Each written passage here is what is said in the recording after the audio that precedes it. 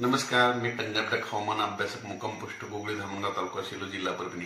25 तारखेच्या नंतर 26-27 तारखेला एक अवकाळी पाऊस येणार आहे म्हणून हे अंदाज लक्षात घ्यायचा।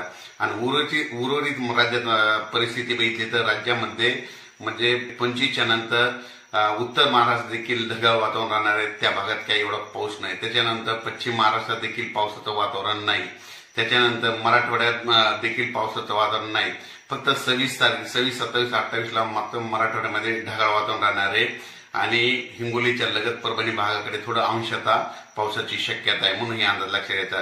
एकंदरीत सांगायचं झालं तर नेमका थोडाफार पाऊस कुठे येऊ शकतो तर बुलढाणा जिल्ह्यामध्ये थोडाफार येण्याची शक्यता। त्याच्यानंतर अकोट तालुक्यात आहे, तसेच अमरावती, अचलपूर, चांदूरबाजार, यवतमाळ, पुसद, हिंगोली, वाशिम, नांदेड एक भागात राहू शकतो पाऊस। त्याच्यानं आदिलाबाद म्हणून हा अंदाज लक्षात येतो। फक्त खास करून हा अंदाज फक्त पूर्व विदर्भातल्या शेतकऱ्यांसाठी आहे। पूर्व विदर्भातल्या शेतकऱ्यांनी 25 तारखेच्या तुम्ही तुमचा गहू, हरभरा, तूर काढून वाटल्यात झाकून ठेवण्याची तयारी ठेवावी, कारण की 26 तारखेपासून राज्यात पूर्व विदर्भात पावसाची शक्यता आहे।